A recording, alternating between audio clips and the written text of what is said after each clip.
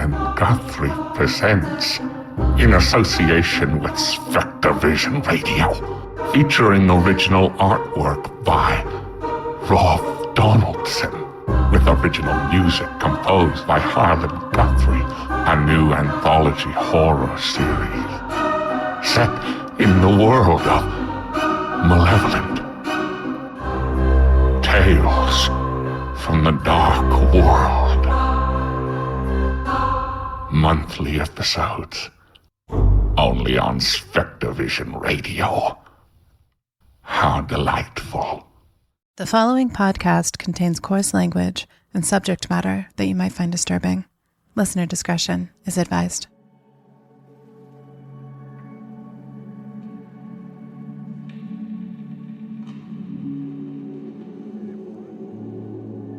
If you look up at the night sky long enough, you can dive into it like an ocean. That sweet vortex that invites you to float in darkness. You realize how small you are and how alone you can be. Others navigate through darkness, and your stories are a beacon of light. We will never know why it exists, but we know that it does. Get your pitchforks, burn us at the stake, challenge us if you'd like. We know the truth.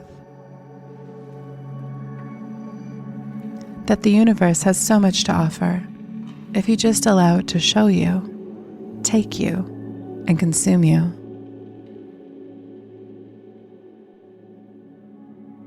Just give in and come play with us forever.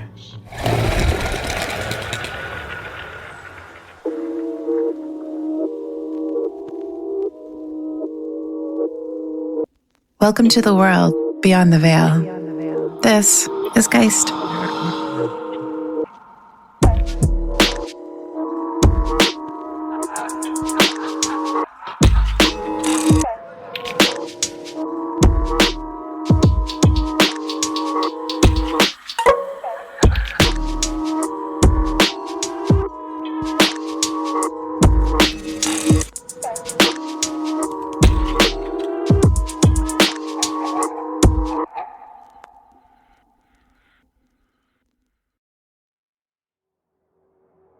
I think it's infinitely more interesting as human beings curious about the unexplained and the afterlife to ask ourselves, if we assume and accept that places are haunted, if we accept that paranormal activity is real, why does it exist? Jeremy Haig is the creator of When Walls Can Talk, the podcast. His episodes feature stories of locations with rich history and disturbing pasts. This is his own personal journey of reconnecting with a suppressed gift and what sparked his interest in the paranormal. I grew up in Orleans, Massachusetts, on a little peninsula that sticks out into the ocean called Cape Cod. As a kid, I didn't know what being a medium was. I didn't know anything about the afterlife or the paranormal. Orleans is a very old town with direct connections to the Pilgrims. The city was actually founded in 1797, so it's extremely old, and it has seen its own fair share of conflict. It was the site of part of the War of 1812. It also was blockaded by the British. It was bombed by the Germans in 1912. So it is seen its fair share of stress, really.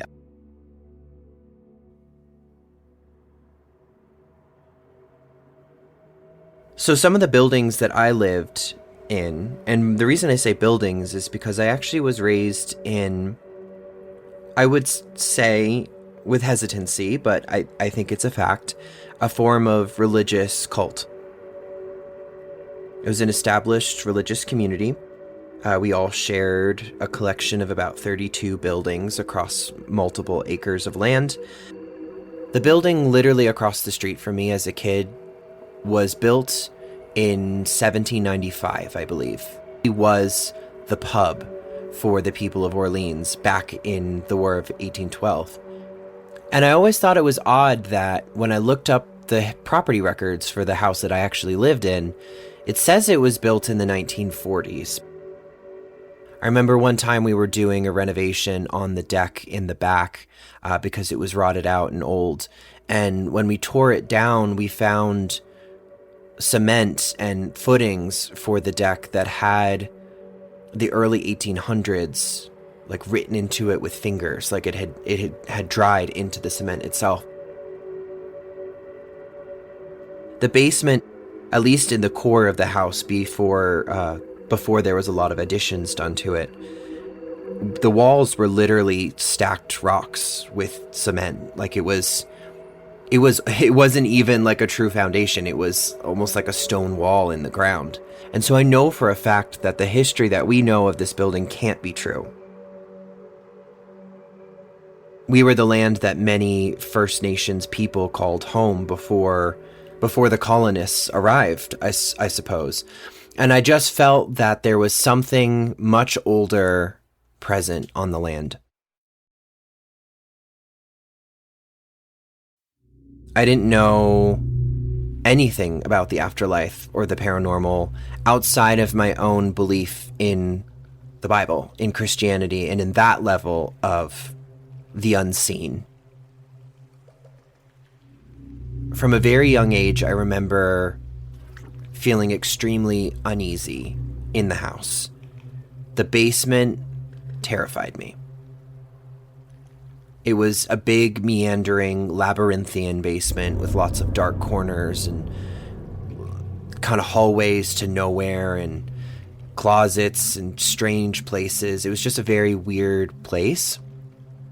But I just remember as a kid feeling oppression from the basement. I began having these very strange experiences, especially at night. The house was huge. It was like 4,700 square feet. The house was massive. Every night before I would go to bed, I would crawl under the covers and repeat to myself, "Don't let me see you. Don't let me see you. Don't let me see you. Don't let me see you. Don't let me see you." I just always knew that if I was to peek out from under the covers and look towards my doorway, I knew that I would see something. Definitely male, maybe late 20s, early 30s, War of 1812 energy. Some form of militia or soldier. It never felt oppressive, but just its existence challenged my idea of reality. And I knew that if I allowed myself to truly see it, I would then be forced to come to terms with this new version of reality. And I didn't know that I was prepared to handle that or process that at the time. So for me, repeating "don't let me see you" equates to me asking the universe, "Don't let me see anything." That's essentially what happened. Between 5, 6, 7 years old, I inadvertently shut down my ability. And reflecting back on that, honestly, thank God I did, because my childhood was anything but peaceful. As a member of the LGBT community, my experience with the church surrounding that in my teenage years was extremely traumatic, and I can only imagine if being a medium and an empath on top of all of that, I don't know how I could have possibly handled that. So Jeremy kept it to himself. Throughout the rest of my time living in that property, I still would have that feeling of something dark chasing me up the stairs whenever I would come back up from the basement. Lights would go out inexplicably. Corners of the basement would be inhumanly dark. It almost feels as though that darkness carries emotion. I hated going in that basement. I hated going down there. It was too much. Do I think that energy was actually trying to threaten me? No, I don't. But I do think that its existence was a threat to my own worldview. When I see something, it almost feels a little bit like a film is laid over top of my subconscious, over that area of your brain that recognizes imagery and processes it. It almost feels like a direct download into that center of your brain. It's funny how all these years later, refacing that ability, unlocking that door again, has changed everything. Jeremy felt a shift, and without rhyme or reason, he was summoned to make drastic moves in his life. Moves that would later help him understand everything. So many years passed after shutting down my abilities as a kid. I went to college in Philly. I moved back to Boston for a while. And then out of absolutely nowhere, I got this very intense knowledge that I needed to move to Denver. I just knew that I needed to be here, and I decided to trust that knowing. Borderline hippie kind of identity to Denver. It's much more casual, but there's also a very strong metaphysical community here. There's a thriving witchy community. I've made so many friends here that have all transplanted to Denver, but I didn't know that at the time. I didn't know what I was looking for. I didn't know why Denver was calling to me. But then Jeremy met somebody that helped support these awakenings. Got into a relationship fairly quickly after I moved here with a person that was definitely meant to teach me a lot for the years that we were together. When I mentioned that I felt like I knew things or was receiving information from something outside of myself, was the first person to my knowledge who ever said, "Okay, tell me more," and pushed me to start to expose myself to people in the witchcraft community, the mediumship community, start to really ask myself, what is this for? What power do I have? What abilities do I have? What I knew is that the mountains were calling me. And I remember that it really all changed one afternoon in the mountains.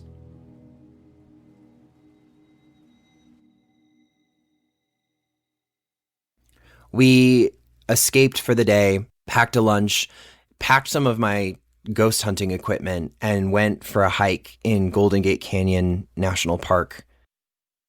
I've always been fascinated by ghost towns. Old mining settlements and stuff like that is so cool because it's such a moment in time, trapped and never changed. I had picked a trail, I believe it was called Fraser Meadow.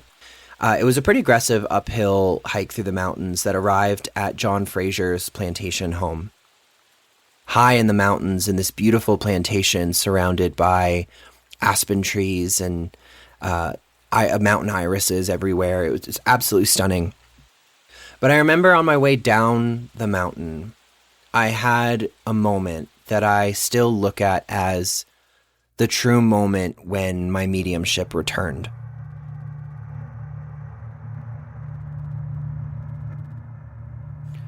I was walking along the trail, and through the trees, I immediately remember this sense of feeling that something was watching me.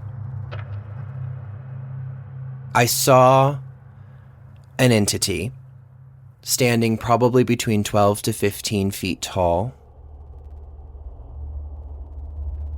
It was somehow both broad and muscular, but also skeletal and gaunt, all at the same time. And what I remember more than anything else was the antlers. It had these bone antlers that stretched almost as wide as it was tall, and hollow eyes. I just remember this moment that we shared that could have been seconds, it could have been hours, I don't truly remember. It slipped out from behind the trees, and I saw what I have taken to call a watcher. It looked at me and I looked at it. And we just stood in like stunned, still silence, surveying each other. It was one of those entities that I feel would typically initially inspire this feeling of terror or fear. But my experience was more of awe and wonder. I was scared, but I wasn't scared because I was afraid. I was scared because it was so powerful. It was so strong. It was so old. And the information that I received from it within my own mind was this sense that I protect this land. I was placed here with the charge to watch over it, to protect it. As we stared at each other, I expected some form of threat for a long time. And just as quickly as it was there, it was gone.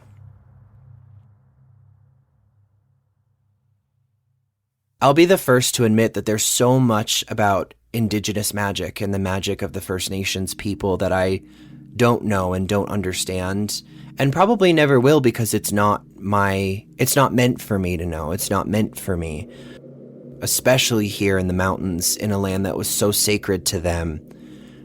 Watchers are spiritual beings that have been left behind to protect the land that people were removed from. Oftentimes, these things were placed as people were being displaced.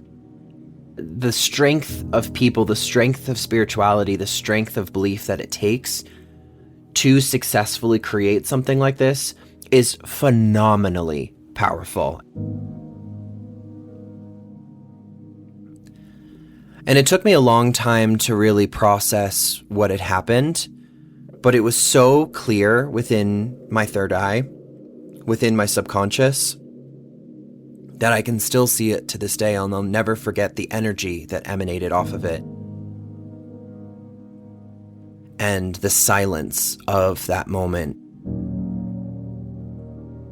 That was the moment when truly everything changed. Because when I came down from the mountains and returned home, I now had an energy and an experience that I could use almost as a ruler for myself to hold up against the rest of my sensitivities in order to start to understand how it worked and what my purpose was. That's why I came back to the mountains, is because the mountains represent where I come from and what I connect to. I've always connected to that energy. That's always made sense to me. After reconnecting with his abilities, Jeremy delved into practices that would help nurture his gifts, and what he discovered surprised even him. I threw myself into a study of eclectic witchcraft. I found a tarot reader, and so I threw myself headlong into like 18 weeks of courses with her. Began trying to channel for my friends and family. I started exploring all of the old cemeteries around Denver, and yeah, it just became a life calling for me. To begin to peel back all the layers that I had built up around myself as a child, but I've shed that now because I don't feel afraid. I don't feel threatened. I understand it, and it understands me. So after this experience, I mentioned everything changed, and I mean it. Basically, I felt like some form of veil, so to speak, had been removed, and I just started experiencing things that I couldn't explain almost immediately afterwards.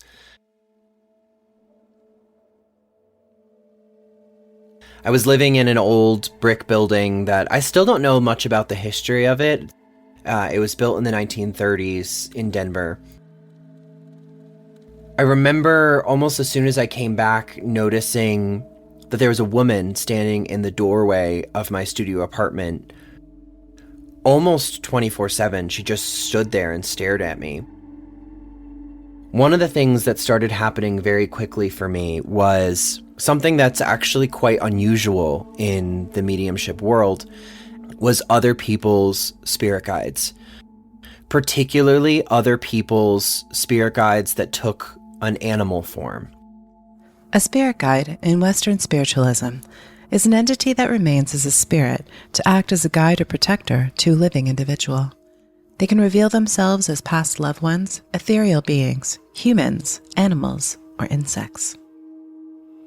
One night I rolled over in bed, sleeping in this apartment, and I saw the gigantic head of a black python on my partner's side of the bed. But the only thing that could fit in our bedroom was the head, which was probably like 7 feet tall from like under the jaw to the top of the head.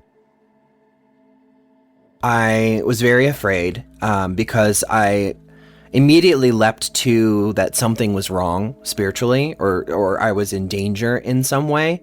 Maybe I had opened myself up too much, or I had invited something in that I couldn't control, but it immediately communicated to me subconsciously, telling me that it was his spirit guide, that I was safe and that there was nothing to be afraid of, and to go ahead and go back to sleep.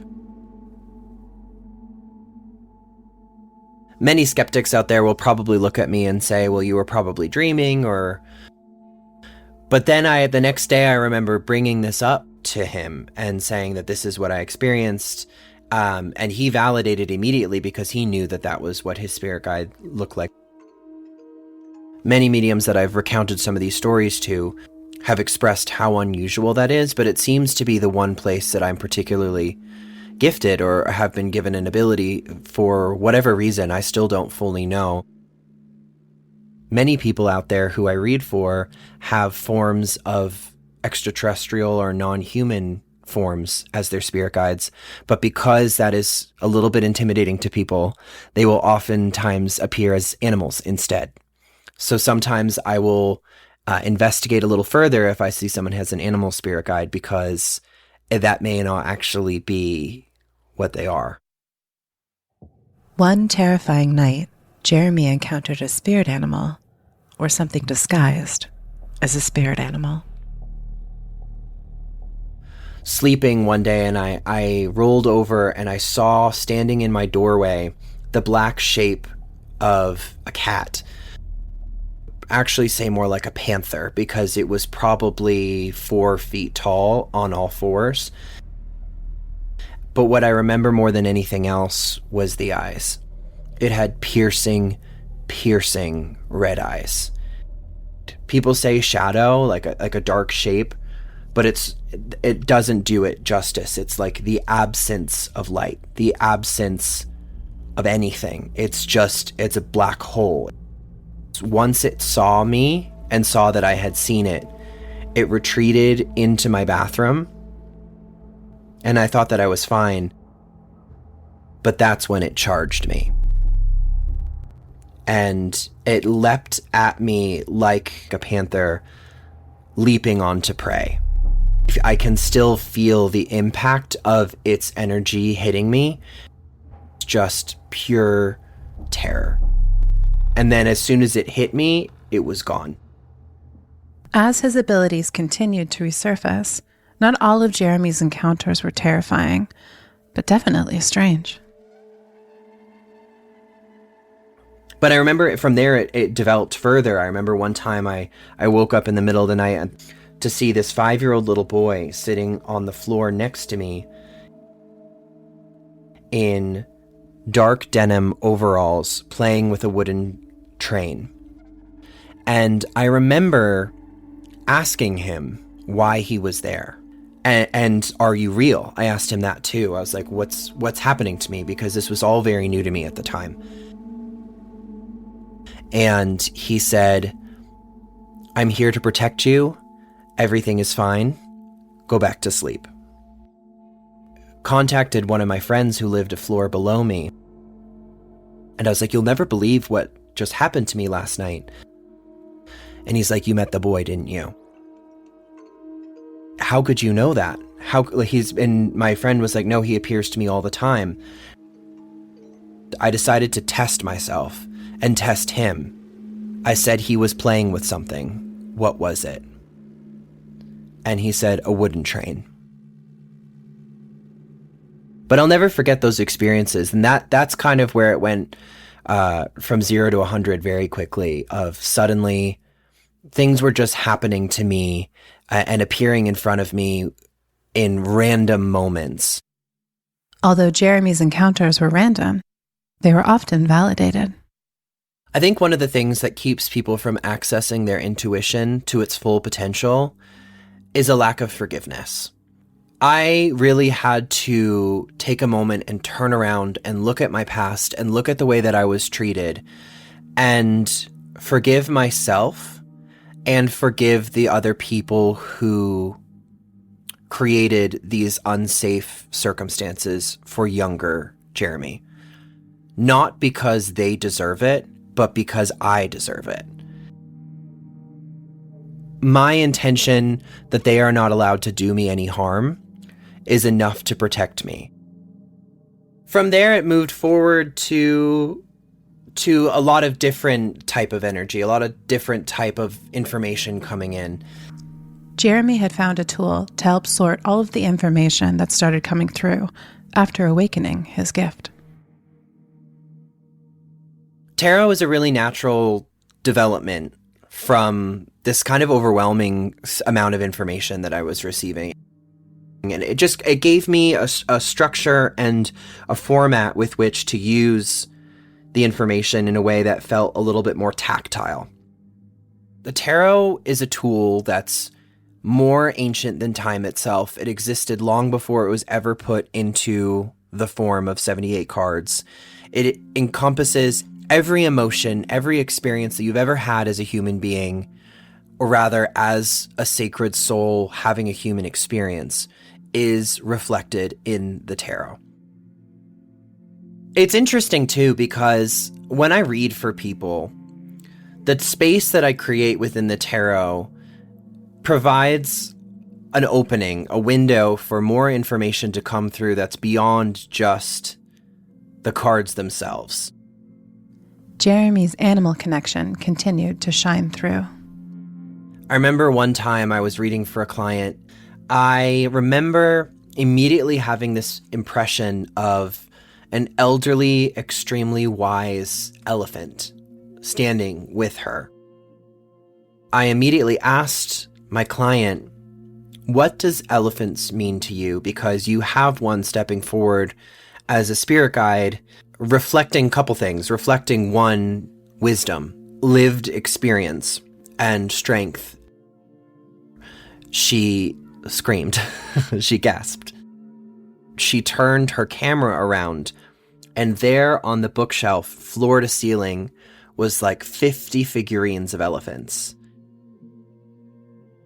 Which is very reflective of the court cards in the tarot. The court cards are our kings, queens, pages, and knights. And when a court card comes forward, it's basically saying, hey, I would like to run alongside you for this next chapter, for this next day, week, whatever it is, because I have an energy that you can benefit from. I remember she actually emailed me and followed up after that reading saying, and I chuckled to myself because I was like, anybody who reads this email is going to be like, what the ever living hell is going on? Because she basically told me, she's like, I channeled my elephant and it went amazing. Like, if you take a deep breath, look at yourself almost standing with this energy, with this archetype, it has the ability to carry you through whatever challenge you're facing.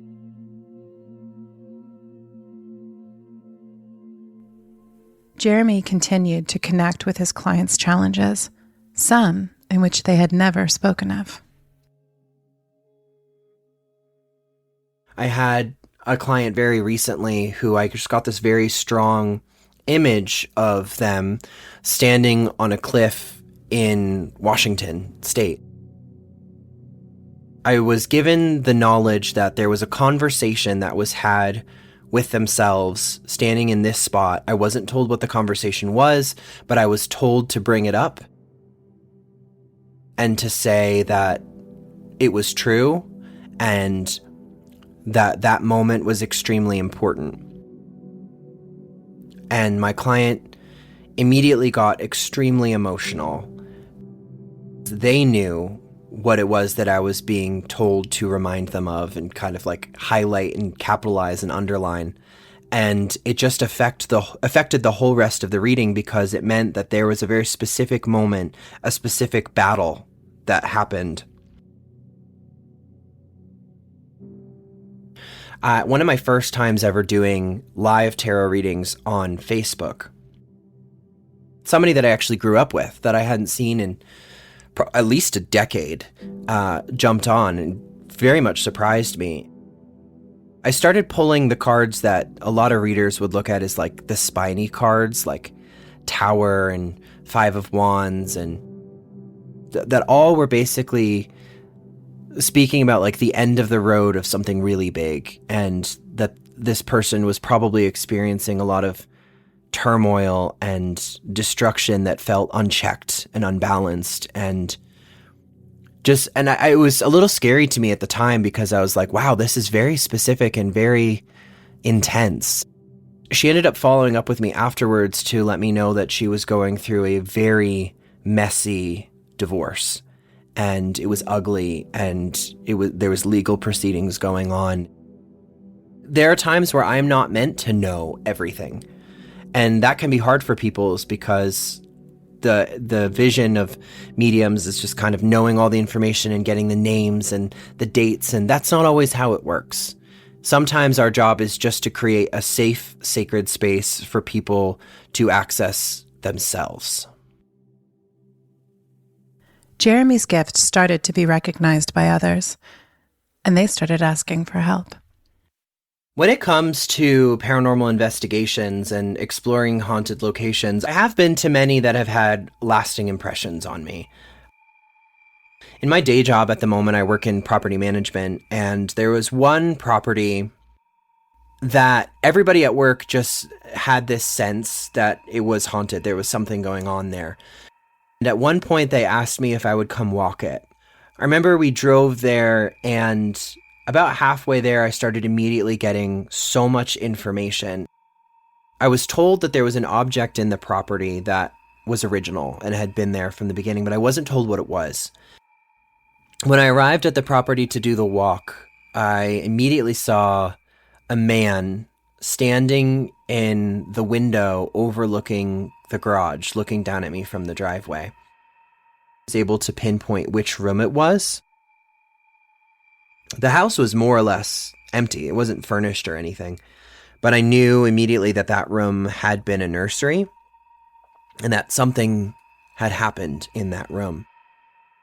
I didn't feel welcome in it. I didn't feel there was something in it that the male entity in that room was very protective of the space and didn't want me in there. I think partially because it knew that I may have been one of the first people there in a very long time that could see it. This house definitely had like 6 or 7 different entities going on. 90% of them were nice and kind and benevolent, and one of them was not. But that was one of the first times that I went in, and I brought my pendulum with me as a tool to help kind of direct me in which space I need to go. They just let me walk the property and just kind of sense what I got. But the rest of the house was quite nice. Found the object that was original, and it was a piano from the 1800s that had just been in the home for centuries, I'm assuming. There was a woman who was very attached to it and loved music and used to sit and play it for a very long time. And her energy was very warm and comforting, but it's also very interesting how in houses like this too, entities and presences can be very focused in very specific areas of the property and not the whole thing. And on another investigation, went and did a seance with a bunch of my friends at Fairmount Cemetery, which is probably one of the most beautiful cemeteries here in Denver. We immediately were picking up on this energy of a French woman, and she felt like an opera star to me. She was very much a diva. She was speaking to me in French, and I luckily knew French, so I was able to kind of converse with her and had her lead me to her, and we found her. Her name is Jacqueline. and we did Estes method. The Estes method is a paranormal investigation technique that involves using sensory deprivation and a spirit box to communicate with potential spirits in a given location. To perform the Estes method, one investigator wears a blindfold and noise-canceling headphones connected to a spirit box, which is a device used to scan through radio frequencies and is believed to be a communication tool between the living and the dead. The other investigator will call out any potential spirits with questions. The idea is that the spirits will use the spirit box's white noise to communicate. The blindfolded investigator will then relay any messages or words without hearing the asked questions. The results can be fascinating. Actually managed to use the spirit box to guide us into the mausoleum. The mausoleum was like a gigantic marble palatial building and was just full of rows and rows and rows and rows of the bodies of the deceased that had been laid to rest inside the mausoleum. But then things got darker. We were in the middle of an Estes method, and I got this ping that somebody standing in line to speak with us had not had the chance to get to the spirit box yet. Something in that line was not human and did not wish us well. Concerned, Jeremy looked at one of his team members, who was also sensitive. And she was looking at me with this feeling of absolute concern. And I knew in that moment that we were getting the exact same information. We just nodded it to each other because we knew immediately and pulled the girl who was listening to the spirit box out immediately. There was an absolute threat coming for us. The gift that I have been given allows me to let things know you are absolutely not welcome here. Leave immediately. And we did the circle with Florida water. We cleansed the space. And then I looked up and I saw it. Many people have the experience with the wide-brimmed hat man. It's a very common thing to see a black shadow with a wide-brimmed hat. The Hat Man. He's said to be an evil entity, often placed in the category of paranormal phenomena referred to as shadow people, typically wearing a trench coat and a wide-brimmed hat. Many have reported that this entity feeds on the terror that he afflicts and does not vanish, but simply walks away into darkness. And it was standing like 50 feet away from us, hiding between the headstones. And it was dark. We were able to cleanse the space and kick it out pretty aggressively on the spiritual plane. Jeremy found himself helping friends when they were faced with things that they couldn't understand. I've had to step in and help people who are going through some dark, slightly oppressive circumstances. I had a friend once who was definitely experiencing some dark stuff going on, and oftentimes that was appearing as scratches on their body or really dark thoughts that felt very out of character for them. I sat down and put myself into a meditative trance and just kind of had a conversation with some of those entities. And so I did have to do that for a friend. There are those of us out there who are called to do this, to find these answers and to hunt for explanations. There is a world out there that we don't know. There's a world that we don't understand. Everything in my life that's led up to this has set me up to be this kind of person. But I don't know everything. I don't know everything that there is to know about the spiritual world. I don't think I've even begun to scratch the surface of everything that I'm capable of and everything that the gifts that have been given to me are capable of. I'm very excited to see with life and with time where this goes. I just can't wait to see how, as I continue to grow, my abilities will continue to grow. A very special thanks to Jeremy Haig for taking time to share his story. If you have a sec, please follow, rate, and review us on Apple Podcasts or wherever you listen. It helps those that can't sleep through the night find us. Do you have a story you've been hiding? Submit it to us at hello.geist.podcast@gmail.com. Written and recorded submissions are welcome. Geist is written and edited by Danielle Matar. Original music and FX by Beau, Jensen.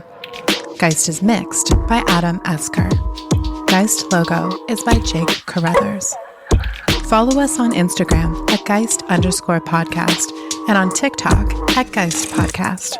Thank you to everyone who constantly listens and follows us. And until next time, sleep tight. Now receiving frequency transmission.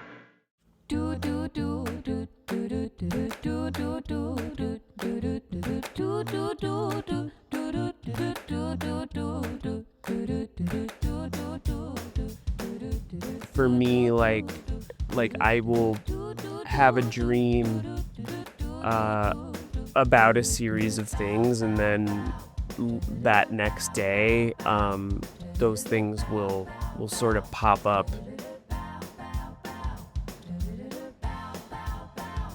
And sometimes it's like, oh, like I know I'm gonna run into this person, so I'm dreaming about them the day before or whatever.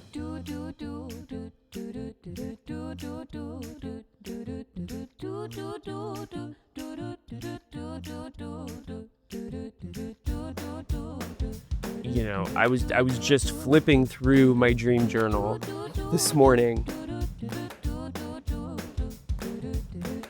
and when I opened the journal, I opened right to a page that was about Walton Goggins. And I actually met Walton Goggins yesterday. Which just felt like another weird, like, oh, cool, I need to keep dream journaling.